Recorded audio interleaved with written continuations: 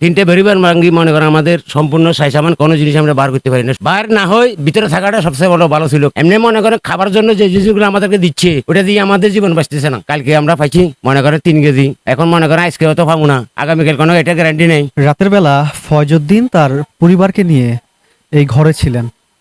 রাত 4টা নাগাদ হঠাৎ বুঝতে পারেন বন্যা শুরু হয়েছে। তার কিছুক্ষণ পরেই তার এই বাড়িটি ভেঙে পড়ে। কোনো মতে পরিবারের সদস্যদের নিয়ে জীবন বাঁচিয়েছেন। তবে যদি একটু দেখানোর চেষ্টা করি, বাড়ির ভিতরে যেই আসবাবপত্র সাধারণত থাকে বা যা কিছু থাকে সবকিছুই মাটির ভিতরে বর্তমানে রয়ে গেছে।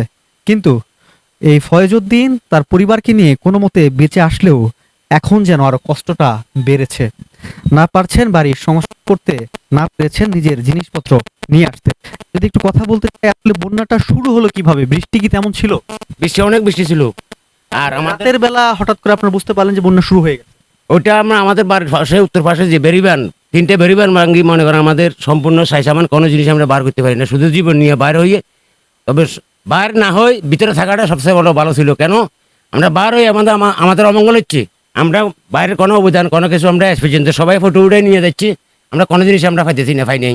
এমনি মনে করেন খাবার জন্য যে জিনিসগুলো আমাদেরকে দিচ্ছে ওটা দিয়ে আমাদের জীবন বাঁচতেছে না।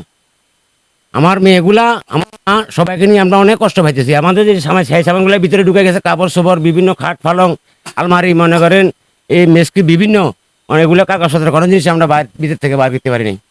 সব ওখানে মাটির ভিতরে আমরা রয়ে গেছে। আপনারা এখন যদি দেখতে চান আমরা লোক দিয়ে খুঁজে কোদাল দিয়ে বার করি, আমাদের এখন দেখাবো।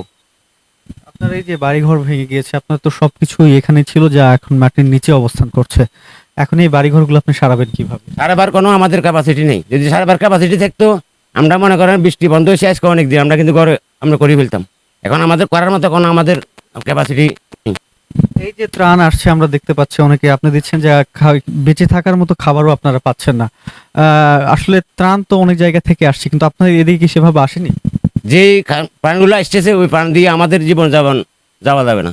এগুলা শুকনা খাবার চাউল আসতেছে মনে করো ওখানে কালকে আমরা পাইছি মনে করো 3 কেজি বা 5-4 কেজি, এখন মনে করো আজকে হয়তো পাবো না, আগামীকাল কোনো এটা গ্যারান্টি নেই। তো এটা নিয়ে এখন আমাদের মনে করো পরিবারে মনে করো এগুলো আমাদের হচ্ছে না।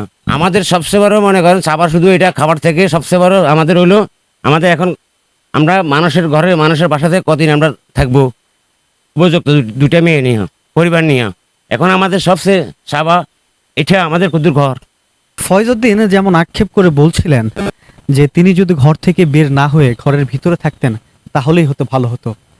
কেননা এখন বর্তমানে তার যে অবস্থা দাঁড়িয়েছে, না পারছেন খেতে, না পারছেন বাড়িতে থাকতে। বর্তমানে তার 2জন প্রাপ্তবয়স্ক মেয়েকে আশ্রয় নিতে হয়েছে অন্যের বাড়িতে। পরিবারের সদস্যরাও এখন অন্যের বাড়িতে। তবে আজকে কি খাবেন বা কাল কি খাবেন তার কিছুই তারা জানেন না। হয়তোবা ত্রাণ আসছে, শুকনো খাবার আসছে, সেই শুকনো খাবার দিয়ে সাময়িক তারা ক্ষুধা নিবারণ করছেন। কিন্তু ভবিষ্যতে কি হবে, কোথায় থাকবেন, কি খাবেন তার কিছুই তারা জানেন না। সকল কিছুরই উত্তর চান শুধু। ফেনীর ফুলগাজী উপজেলা থেকে হুমায়ুন কবির, সময়ের আলো।